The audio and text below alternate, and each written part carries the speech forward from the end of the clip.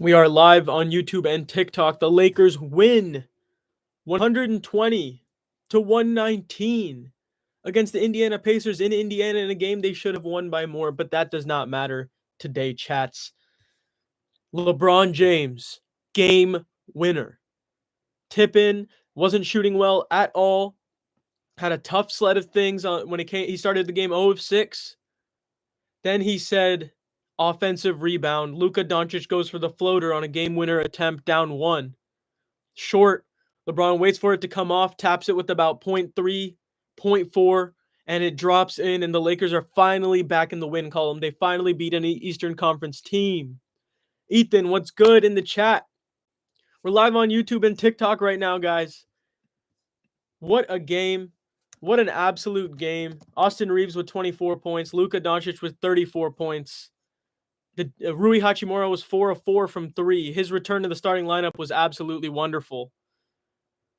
Austin missed some key shots in the fourth quarter, 1 of 8 from 3. Luka was 6 of 10 from 3, but he was short on everything in the second half. LeBron 0 of 3 from 3, but Dorian goes 3 of 5 from 3, plays defense, got called on a couple weird over-the-back calls. Jared Vanderbilt, a plus 24 in 16 minutes, 6 rebounds, 3 assists. Dalton Knecht, plus 18 in his 5 minutes, 1 of 1 from 3. Gabe Vincent was great, 2 of 5 from 3. But look, Jackson Hayes was great, didn't even finish the game. He only played 18 minutes. They said, you know what? We got to go small. We got to double the post every single time down. So they did that, and that wasn't positive for them. They would double the post. They'd make a swing pass, 3-pointer for free. But then sometimes Indiana got in their own way. Ben Mathurin gets in his own way a little bit, but he had some nice shots. He had shot a nice mid-range over Austin Reeves.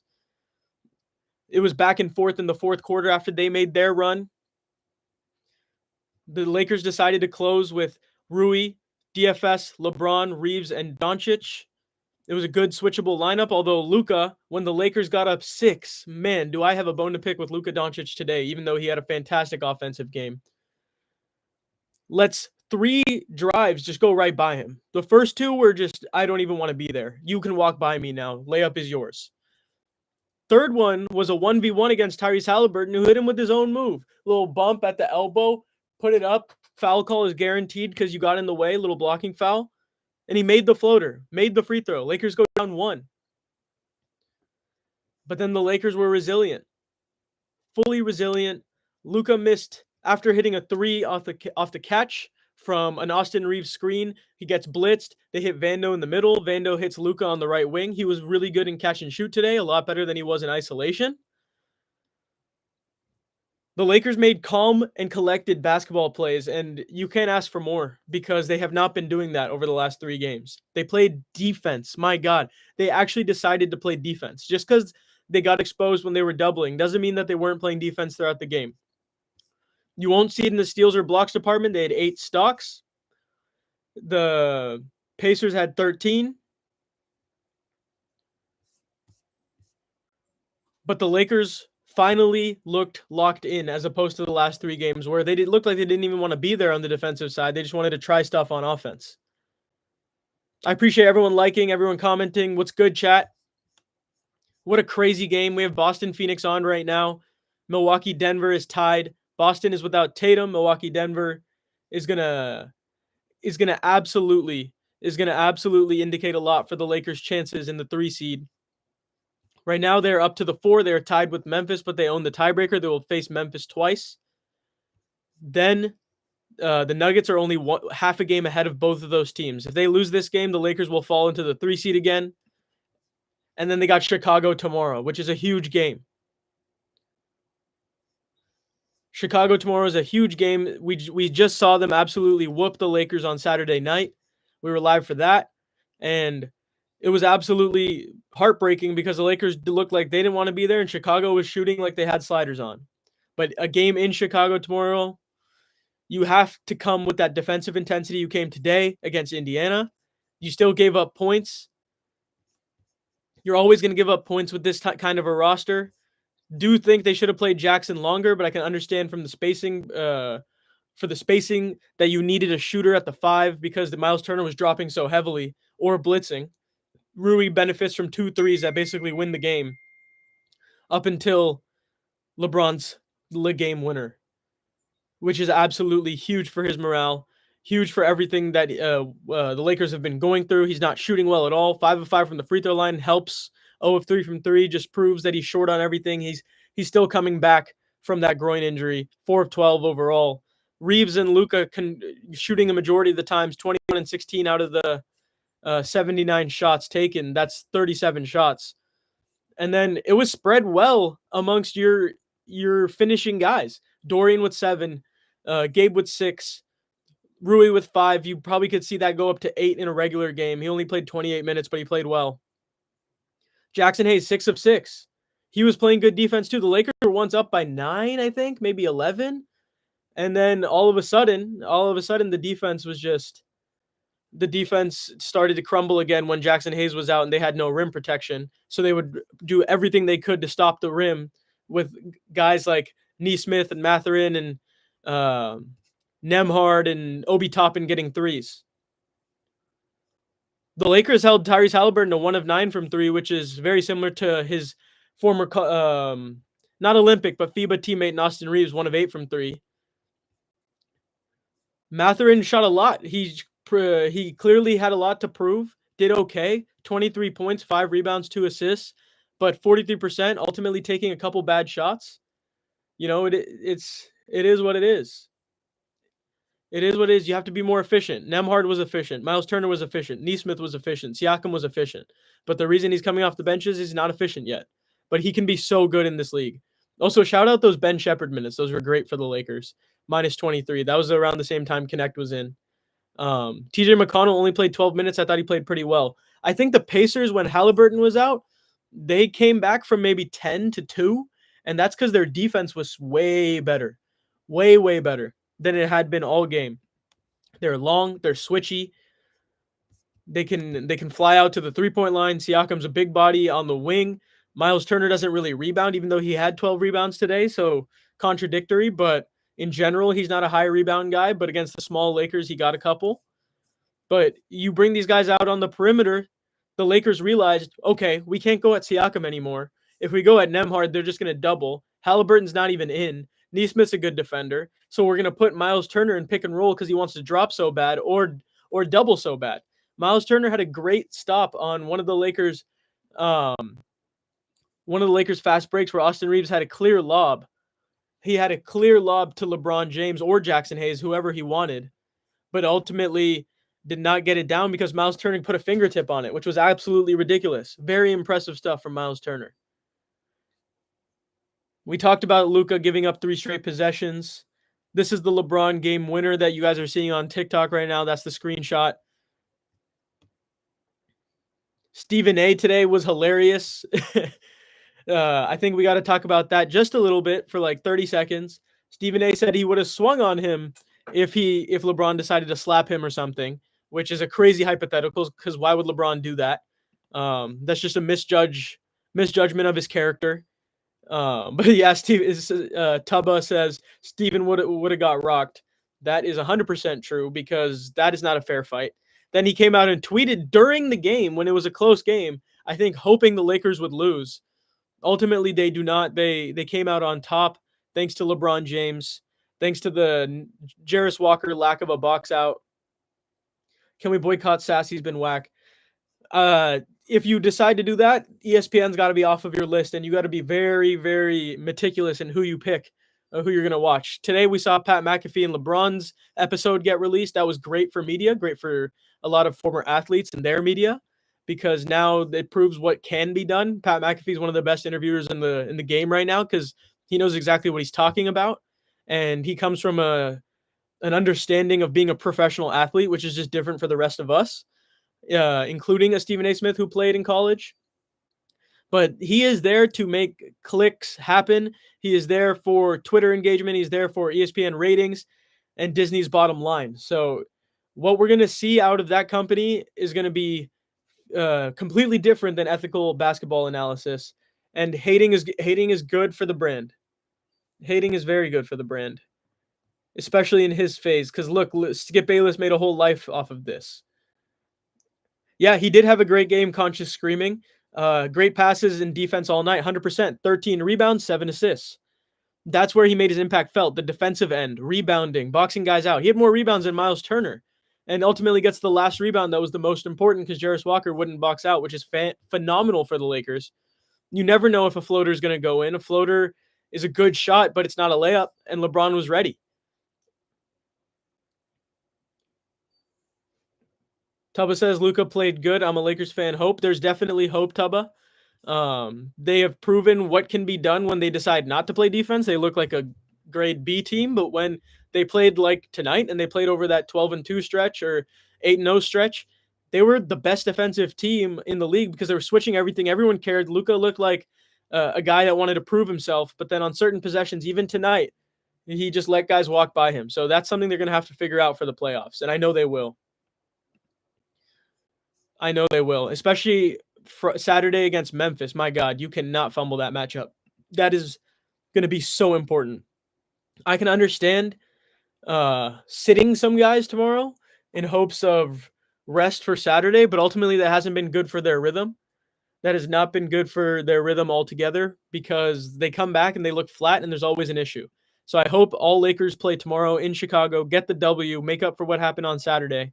Take your 2 days of rest. Memphis got OKC tomorrow, so that's a huge game, and that's gonna take a lot out of them.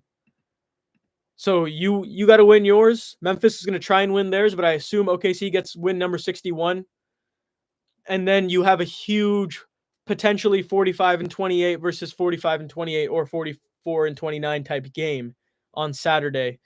You don't want Memphis to feel like they have hope in the standings. You just want to put them down while you can. Keep that home court advantage. And I know the Lakers are going to put all their efforts into doing so. JJ Redick looked focused today.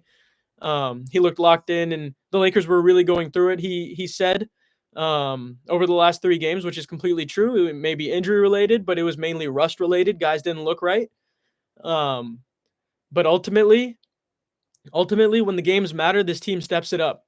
And they have a better record against 500 teams since Luka got here than they do against not. So that's proof of their ability to get up for games. So that's why tomorrow can be another version of a trap game. It's crazy to have 2 trap games in a week, but that is another version of one. And then you got to go do it on Saturday, guys. You get 3 days of rest. You have to. And then you don't play till Monday. So you gotta take advantage. And also, guys, we're following live. Like someone says, Lakers prod says Lakers versus OKC conference finals. Imagine that, man. That would be amazing. That would be a great series. It would be revenge for OKC facing Luka Doncic. The Lakers have notoriously had the OKC Thunder's number over the last couple of years, but that was mainly because of Anthony Davis and LeBron James just getting in the paint relentlessly. Not as much about their shooting as it is the paint presence. So when you have a Luka Doncic, you're going to have to come in looking a little different. You're going to have to hit those threes. You're going to have to hit tough shots over good defenders. The Lakers even beat them last year with D'Angelo Russell having a heater. So you need that exact same output along with some paint protection because Isaiah Hartenstein's going to get a lot of rebounds.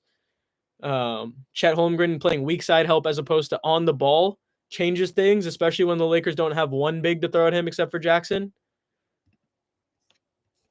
So that's going to be an absolute nail biter if that ever comes to fruition. That would be a really, really fun conference finals. Denver is now up 4 on Milwaukee. Milwaukee is losing Damian Lillard for majority of the season. Blood clot, just like Wemby. They're claiming he might come back this year, but that's sus, especially when you're taking blood thinners. Today, Kevin Porter Jr. started. He's 5 of 13, 12 points, 8 assists, 7 rebounds. He's on triple-double watch.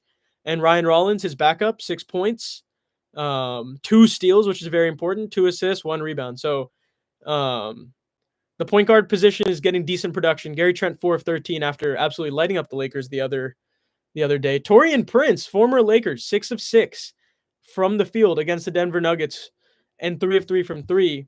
The Nuggets are back to full strength. Jokic is in town. I think they knew they needed to win this game. They're up 6 now. Giannis isn't even playing, so this should be a win for Denver, so the Lakers will not be catching them in the 3 seed, but you never know what can happen in the NBA. Jokic does have 31, 7 and 7, 12 of 20 from the field. Christian Brown is having a great game, 8 of 13 from the field, 19, 9 and 4, 2 steals. Peyton Watson hasn't missed a shot. Normally, when those three play well, they're going to win. MPJ, 6 of 7, 20 points, 9 rebounds, 2 assists, 2 steals. Jamal Murray's having a struggle bus of a game, but that doesn't really matter when now they're up 8. And the momentum had just shifted to Denver to finish this third quarter. Can Phoenix Suns win tonight? They might be able to with Jason Tatum out, but the Celtics don't really miss a beat when guys go out. Colin Gillespie gets the start for the Suns today. 2 of 2 from the field, 5 points. Nice. Devin Booker, 5 points, 5 assists, 3 rebounds. I can't believe he's trying to become a point guard. Just go for 30 every game, man. Kevin Durant continuing this hot streak. He has 16 points on 6 of 8. 1 of 1 from 3, 1 rebound, 1 assist. Get those buckets, KD. And every guy is 1 for 1 on the Suns bench who has come in so far, except for Royce O'Neal and Grayson Allen, who are 0 for 0. So the Suns could win today. Claire Mason Jar. And if we look around the rest of the NBA, it was pretty much Washington beats Philly. That is a huge game for Philly to lose because they want to improve their stock to get a better draft pick. Their pick is top 6 protected. Shout out AJ Johnson today, starting at small forward, even though he's a point guard. Alex Sarr with 24 points, 7 rebounds, 2 blocks.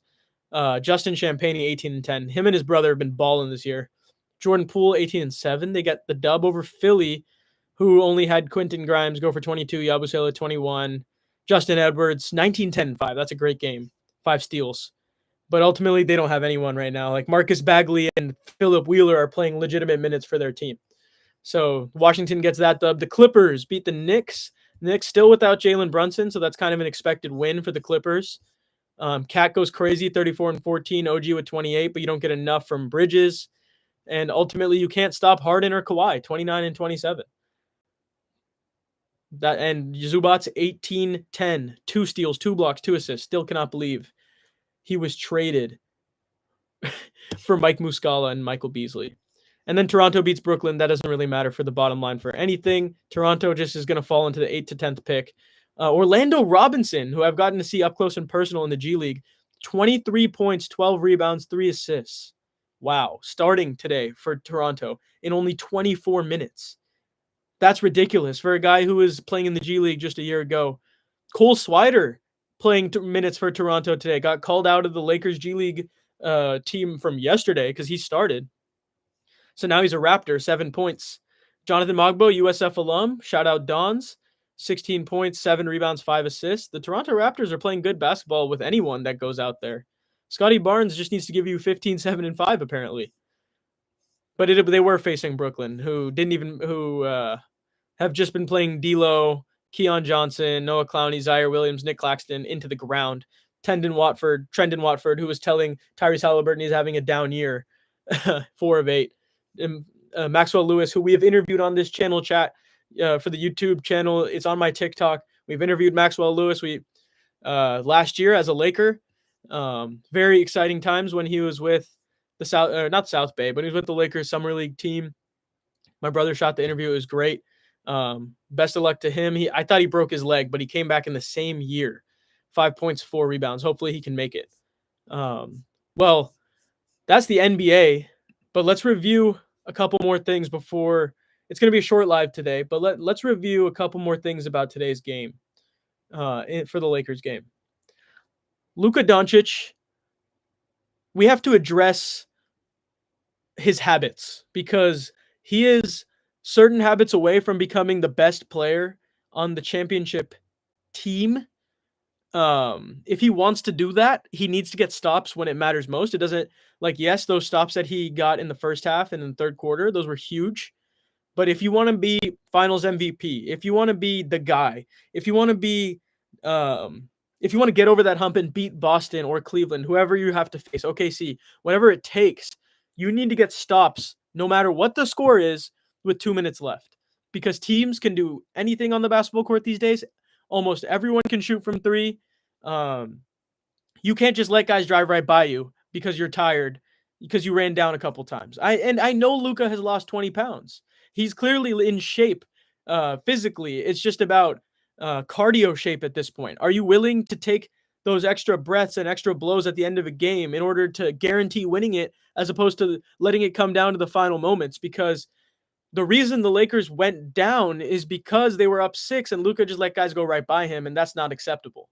That's not championship behavior out of Luka Doncic, who plays championship ball on the other side all the time. And obviously, there was a big Luka Doncic stan, LeBron stan argument on Twitter a couple days ago. None of that matters. What really matters is those two continuing to be in sync, like they were in the Denver game when they were both healthy. Austin Reeves continues to be in sync. I think he needs to hit his shots in the fourth quarter a little more often too, because when you have Luka, LeBron, and Austin, those three being any of them being left open needs to be scary for the other team. It needs to be, oh my God, we fucked up our defensive strategy. We have Austin Reeves playing 4-on-3. We have LeBron James playing 4-on-3 from the high post. That's ridiculous. How did we let this happen? That's a guaranteed bucket every time. And when all these guys came back, it has not been a guaranteed bucket. And there's been poor execution from the jump shooting with those three in the clutch. But ultimately, LeBron said, I'm going to be in the right position, impact the game any way I know how.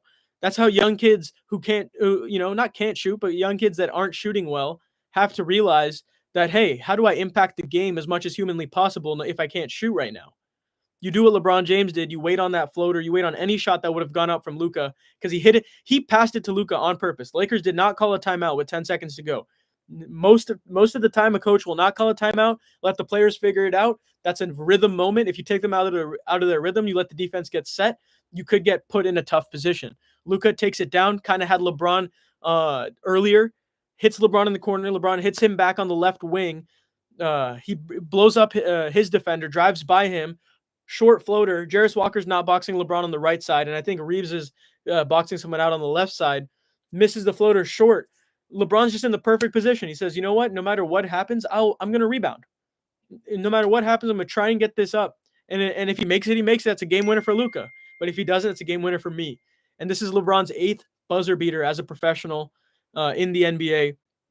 I think his first actually at the buzzer with the Lakers, which is crazy because he's been with us for 7 years now, since 2019. Summer. What a crazy day. What a crazy tweet that was. Breaking LeBron James to sign with the Los Angeles Lakers. Lakers have now seen Anthony Davis roll through.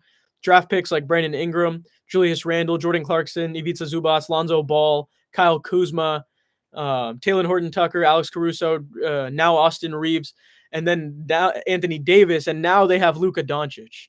They have Luka Doncic, Austin Reeves, and LeBron James running things. Definitely the best trio in the NBA offensively. A lot of concerns defensively for Luka Doncic, but I think with the guidance of LeBron James, JJ Redick, and this staff, he can get better, but he needs to get better ASAP. We need to see last 2-minute defense when the going gets tough, when the body is saying no. Your mind takes over and you say, I'm going to lock up for this 30-second stretch or 24-second stretch even, not even 30. Because then once this game's over, I can rest. He was sitting on the chair at half court, dead after the game, and I understand that. I'm not saying like I'm in LeBron James shape or anything, or everyone in the league is, but you're Luka Doncic. You know, you're expected to be great. Kobe comparisons. You know, lots of things. EuroLeague MVP at 18, could be a Finals MVP if he wants it. Could be an NBA MVP if he wants it. It's just a matter of wanting it at this point, and we need to see a motivated Luka Doncic. An aggressive Luka Doncic on the defensive end. Because when he was aggressive today on defense, the Lakers looked great. He got stops. He was part of good team defense principles. He had a block today, which is pretty shocking. And if you just see one more steal or one more altered pass or beating your guy to the spot because there's no other option, I'm happy. And I think all Lakers fans are happy. I think the Lakers are happy, and I think you're winning games by more, but you can't be too upset because you got to get any win that you can right now. The Lakers beat the Indiana Pacers 120-119, chat. Quick live today, 24 minutes for Kobe. Shout out LeBron. Shout out LEGAMEWINNER. Let's go tomorrow. We're going to have a longer live tomorrow against Chicago. And I will see you guys later. Peace.